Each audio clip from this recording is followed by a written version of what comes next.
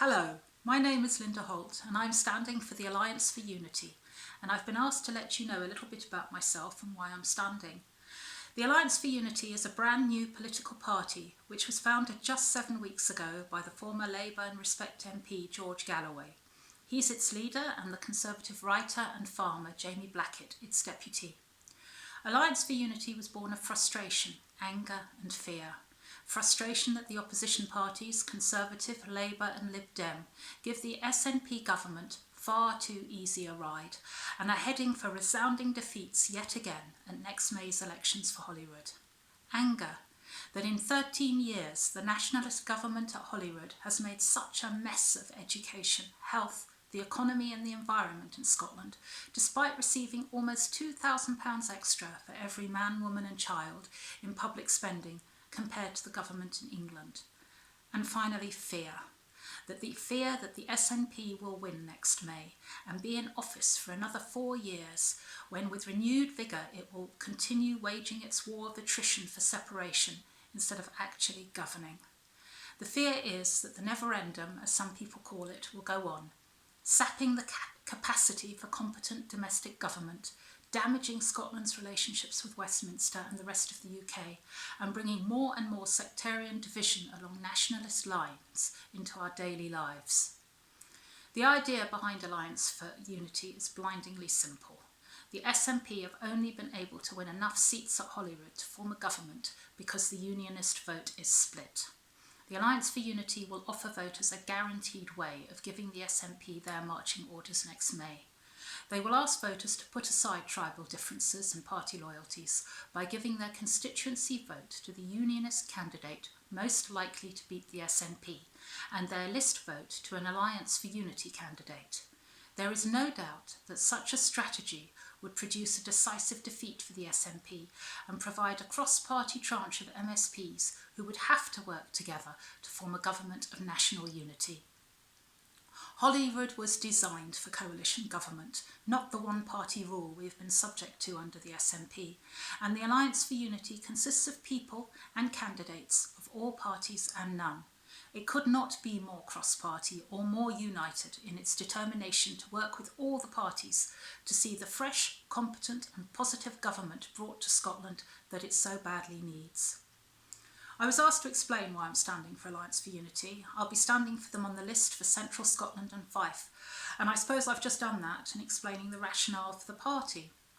On a more personal level, I've spent a lot of my life campaigning, invariably on the side of people, ordinary people, groups or communities, and against authorities who think they know best. With age, many of these authorities, while they may be staffed with committed and hard-working individuals, often become complacent, even arrogant, losing touch with their original raison d'etre and the people they exist to serve. It is a danger for any party or institution. The SNP is a prime example, which is why there are so many SNP MSPs now giving up, why there is so much criticism in the broader nationalist movement, and why there are signs of rebellion with the creation of new nationalist parties being mooted. But that arrogance and decay, which can set in over time and puts institutional self-interest ahead of democracy and social justice, is also what I saw in the European Union, and it led me to vote for Brexit. I am a European to my bones. My mother was half Dutch and half German, my father half Irish and half German. Both my parents' families were ravaged and displaced by war. My father's by the First World War, my mother's by the Second, which saw her mother murdered by the Nazis for being Jewish. I was born in London but spoke only German until I went to school. As an adult, I studied and worked in Berlin for 3 years just before the wall came down. Politics, especially nationalist politics, has had a huge formative impact on my immediate family, and it's a reason perhaps why I'm political and why I take the threat of the SNP so seriously. In 2017, I was elected as the Conservative councillor for East Neuk and Landward. It's the bit of Fife east of St Andrews where you find Crail, Ely, Anstruther and Pittenweem, and it's been a great privilege to serve an area of such varied beauty and such dynamic communities. Being a councillor is really a straightforward extension of the campaigning I had found myself doing anyway with local groups and communities. 12 years ago, my son joined the Secret Garden outdoor nursery at Letham as the UK's first fully outdoor peripatetic nursery. It was a pioneering enterprise and I became a director, running a successful campaign against Health Protection Scotland, which was threatening to close us down because our hand cleansing protocols didn't conform to what an indoor nursery could provide. The nursery is still going strong and there are many more outdoor nurseries now, with outdoor learning now an accepted part of the curriculum in many primary schools. A few years later, I became involved in several groups campaigning against speculative wind farm developments in Fife, which led to my setting up with several others Scotland Against Spin, a national organisation which campaigned for the reform of Scottish wind energy. We helped a lot of individuals and communities fight against rapacious wind developers, organised protests and did a lot of lobbying of local and national politicians, which did lead to some reform. I enjoyed giving people a voice, which I've also done and am still doing in the Mossmoran Action Group, a campaign group which fights to mitigate the impacts on communities of the petrochemical plant at Mossmoran in Cowdenbeath in Fife. And I also learnt a lot about the planning system and how it is stacked in favour of big developers and against the ordinary people who actually live in a place. So it was a natural step to become a local councillor, and I picked the Conservatives because they had the best energy policy. I knew and liked some Conservatives, and because of Ruth Davidson. Being in the party was a bit of a shock, partly because I wasn't true blue and am not instinctively tribal. My party, right or wrong, doesn't really work for me. I had worked and still do work productively with people from all political persuasions, including Climate Camp Scotland over Mossmoran. But the Scottish Conservative Party was also incredibly old-fashioned and impossibly complacent. It was as if it was waiting for the day when sooner or later people would come to their senses and return a Conservative administration. It also wasn't listening to its supporters and taking its ever-shrinking band of activists for granted. Ruth Davidson, of course, was a breath of fresh air and had been magnificent in the Better Together campaign, but the change I thought she signified in the party turned out to be skin deep. I became more and more distant from the Conservative group at Fife Council, and following Ruth's resignation as leader, could take no more of the party's dysfunction at local or national levels. In November of last year, I resigned to become Fife's only independent councillor and have felt much happier since. But why stand to be an Alliance for Unity MSP? I suppose the answer is that when George Galloway announced the party's formation 7 weeks ago, I was the most depressed and felt the most powerless I had ever done in 19 years of living in Scotland. We were still in the middle of lockdown, with Nicola Sturgeon's daily party political broadcasts, with everyone apparently agreeing that she was doing a great job, with unprecedented support for independence now looking like a firm majority, the SNP on course for a resounding victory next May, and independence now inevitable. All this despite all the scandals in the SNP, the cover-ups and cock-ups in the handling of the pandemic, the blatant disregard for the lives of our elderly in care homes. The Alliance for Unity and the absolute glee and enthusiasm with which it has been embraced on the right and left showed that in fact many people in Scotland wanted something better than what the chief mammy was offering. Alliance for Unity has been a giant fillip, and I want to play my part. Within a few weeks, George Galloway's intervention served to wake up the Scottish Conservatives to the decimation they were facing next May, and they got themselves a new leader. And the pressure is now on Scottish Labour to replace the lacklustre Richard Leonard. But new faces at the top will not avert the certain defeat all the unionist parties face next May. And although they may be publicly disavowing talk of any unionist pacts, I have no doubt the time will come when they can see that they can only beat the SNP by working together with the Alliance for Unity. I've also been asked to choose an issue of the day to speak about, how the SNP have messed up and what ideas I might have for putting it right. It's hard to choose because there are so many things the SNP have messed up, but I suppose the overarching one right now is how the government is managing the pandemic and our emergence from lockdown. This affects every single person in Scotland and will continue to affect them for years as our education and health systems, our economy and the way we live will bear the impacts of the last 6 months for the next decade. Contrary to what much of the media would have us believe, Nicola Sturgeon has had a very bad pandemic.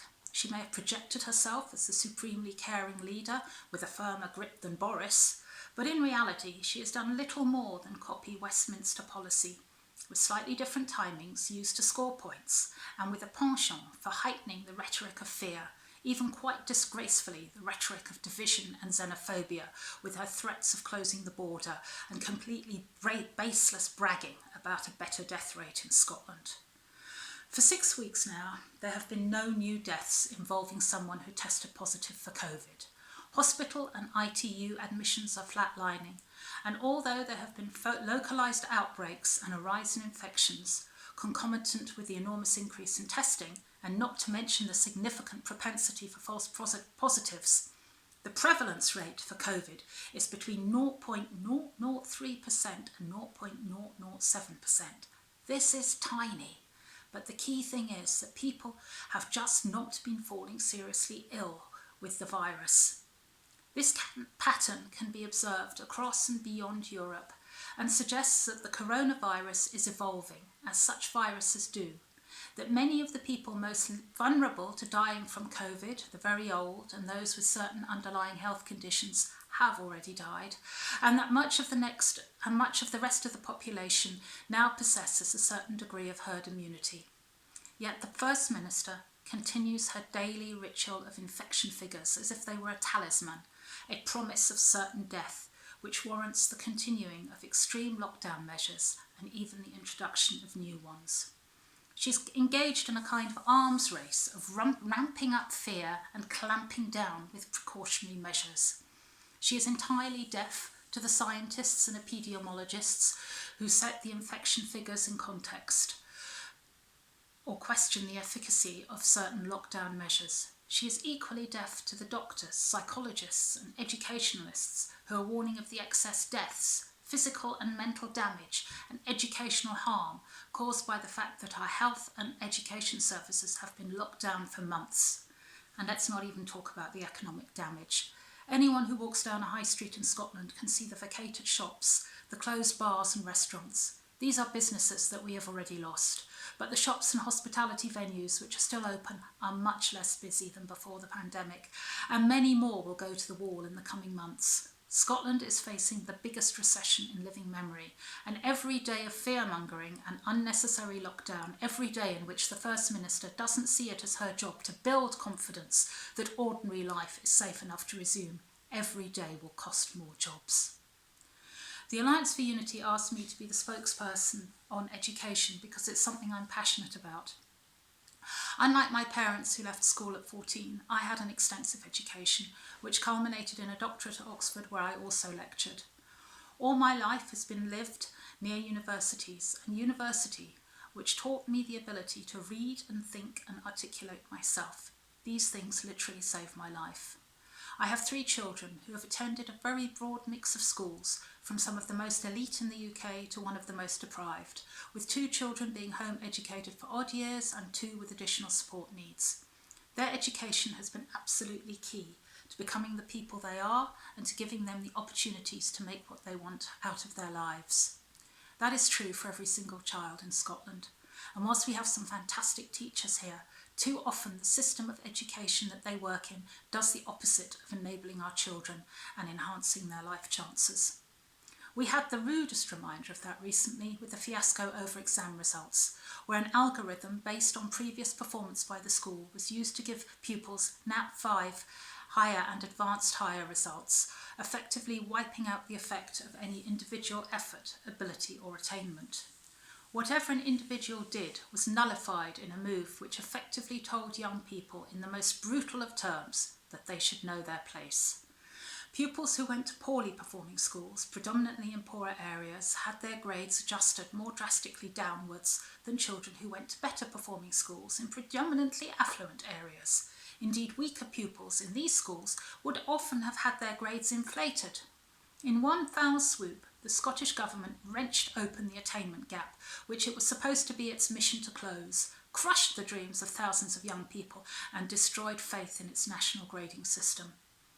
The most staggering thing about this debacle is that it was allowed to happen at all. Plenty of educationalists have warned about the danger of the algorithm, but the Education Minister John Swinney and the Scottish Qualifications Authority ignored the warnings and refused to disclose detail about the algorithm. Then for 6 days of mounting anger, protests by pupils and campaigning by parent groups, John Swinney stuck to his guns to protect the so-called integrity of the exam system and avoid grade inflation, before caving in and announcing that teachers' estimated grades would be used instead, but only where they were higher than the algorithm. The weaker pupils in better performing schools got to keep their inflated grades. There are a few things to say about this. First of all, the fact that England suffered the same debacle over exams is largely irrelevant. It does not exonerate John Swinney. The whole point of devolution is to have the option of doing things differently and to have the opportunity to take responsibility. Nationalists are always extremely keen to point to English policy failures by way of excuse or mitigation. If Scotland is going to do the same as England and hide behind England when it goes wrong or less wrong, it might as well hand its powers for these policies back to Westminster. One of the nice things, incidentally, about the Alliance for Unity is that its representatives are under no pressure to defend Westminster policies. Unlike the unionist parties, which are not independent of their London motherships, Alliance for Unity is completely independent. Its only policy commitment to a devolved Scotland within the Union, and unlike the other unionist parties, it can demand that the SNP take full devolved responsibility without contradicting or compromising itself if its criticisms also apply to Westminster. The SNP is terribly keen to look at other small countries, and especially countries in Europe and Scandinavia, and talk them up as an alternative to the UK. Why on earth didn't John Swinney take his cue from one of these countries instead of Westminster? They all face the same problem over exams during lockdown, but most did not close their schools down fully or decide to rely on unjust algorithms.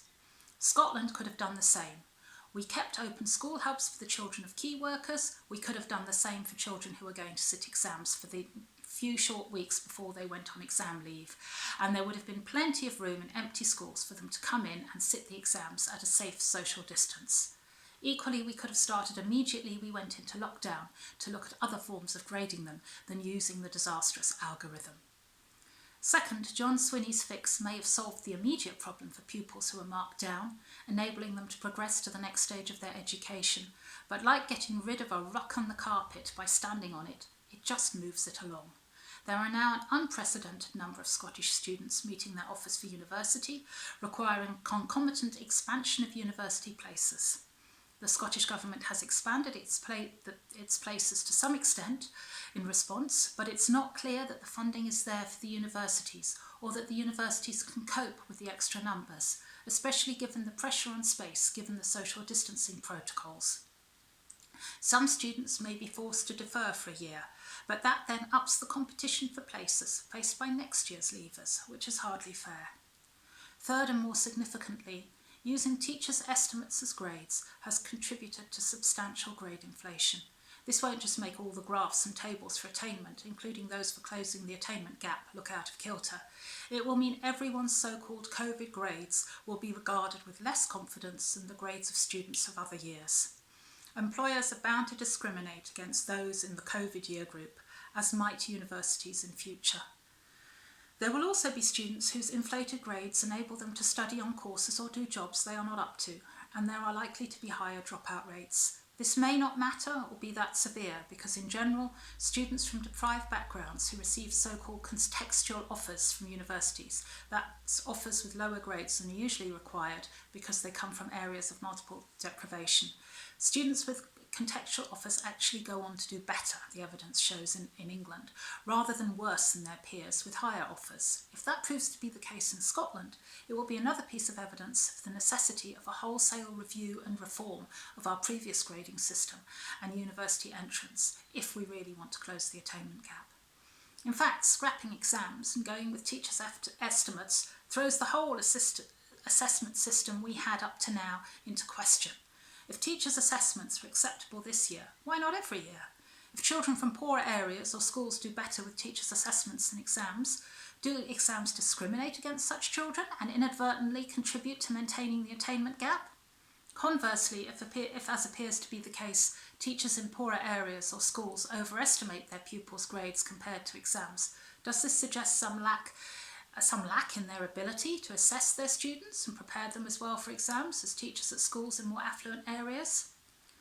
John Swinney has commissioned a rapid review by an SNP activist professor into the exams debacle, but this won't consider the broader questions about assessment in the future.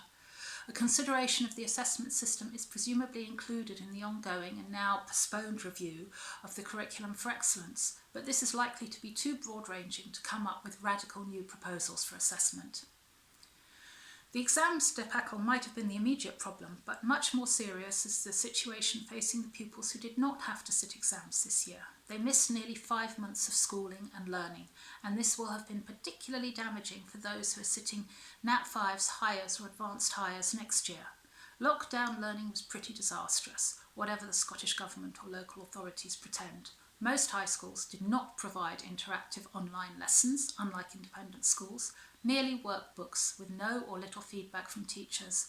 Many children and teenagers were depressed and demotivated through lockdown because they were isolated from their peers. I have a 12-year-old who really struggled, as did her father, who was responsible for forcing her through her workbooks. Home learning will undoubtedly have widened the attainment gap between middle-class pupils and those from poorer backgrounds or who were already struggling. Much is now being made of the schools catching up with learning that was missed, but that's hard too, with the Times reporting yesterday that teachers reckon that they are losing up to 2 hours teaching time because of the need to follow various COVID protocols.